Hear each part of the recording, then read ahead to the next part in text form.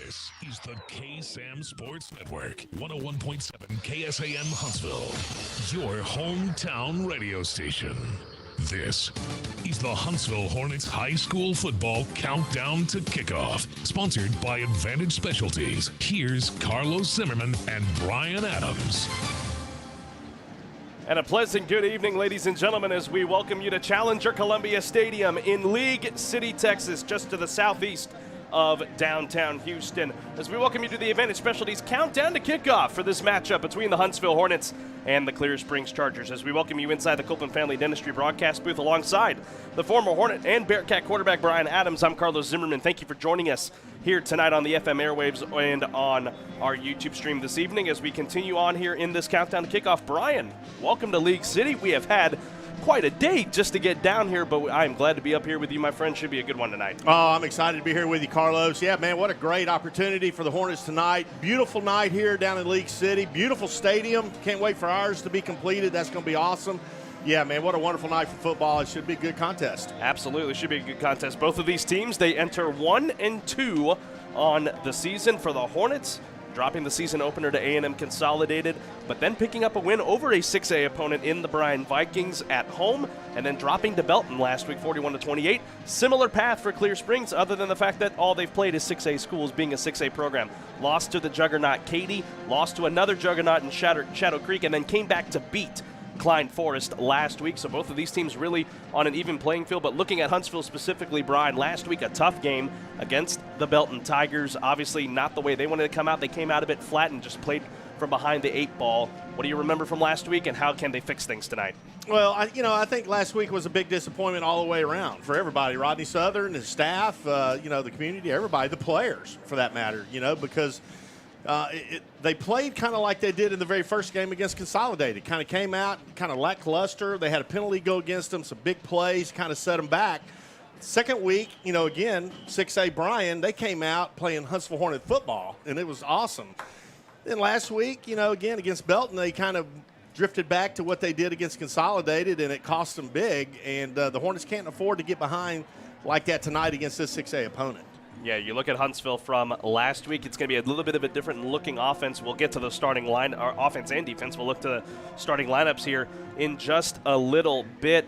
Folks, I know the weather back home wasn't very, very pleasant, but tonight here in League City, it is quite a bit better here southeast of Houston, not too far away from the Gulf Coast as well. We're currently at 85 degrees. We're looking at 84 degrees and partly cloudy skies over League City here at kickoff. We had a little rain that pushed through earlier, but has since moved on out of here, and we are getting ready for a great ball game here this evening. Before we move on over to Southern Talk here in just a few moments, Brian, and obviously we'll get your keys of the game later on.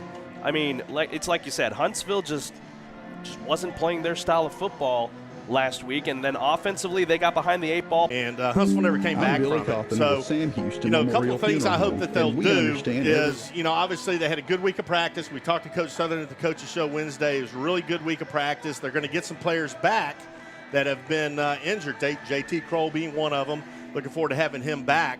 But if the Hornets can come out and play clean football, and they're going to have to play clean football against this really good 6A team in Clear Creek, they'll have a good shot at it. And the thing for Clear Springs tonight as well, it is a senior night for them as well. They're going to be coming in with a lot of gumption into this game, for lack of a better word, simply because they just, they would love to win on a senior night. You hate to be celebrating your seniors and then you drop a game in a non-district form because, well, district starts for both of these teams starting next week. Clear Springs will start theirs. Huntsville starts with Montgomery next week. So it'll be interesting to see what happens tonight because you just never know what you are going to expect. We're going to take a break, and when we come back, we will have starting lineups and such, but I had a chance to catch up with head coach Rodney Southern ahead of this one tonight. We will now take you over to Southern Talk, brought to you by Charlie's Used Cars. So we'll step aside and take a break and go to that interview now, right here on the Hornet Nation Broadcast Network, powered by K-Sam Sports and Walker County Federal Credit Union. Cats versus Jacks, one of Texas's fiercest rivalries, returns to NRG Stadium on Saturday, October 2nd, as your Sam Houston State Bearcats go for 10 straight against the Stephen F. Austin Lumberjacks in the 95th annual Battle of the Piney Woods, presented by HEB. Tickets and suites are now on sale. Visit battleofthepinywoods.com to secure your seats today. Don't forget to rep your orange as the battle rages on in Houston this October.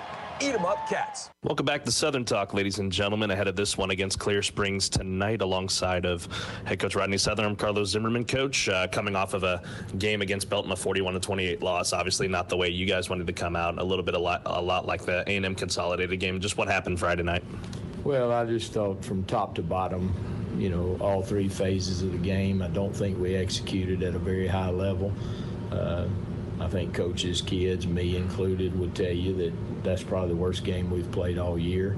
A lot of little mistakes that add up, little penalties that hurt you on drives, and you give them the ball on a short field.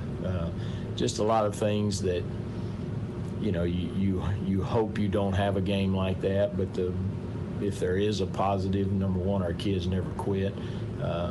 I thought they kept trying to do the things we asked them to do, and that's why you play a tough non-district schedule, because if you're going to have a game like that, and every team does, you just hope you have it in a non-district situation versus a district game, because obviously, in a couple weeks, these games mean a whole lot more in terms of what the end value is. But it was just a disappointing, for our program as a whole, for all of us, coaches, kids, everybody. And they bounced back. We had a great week of practice, and they understand we didn't play well. I mean, it's not something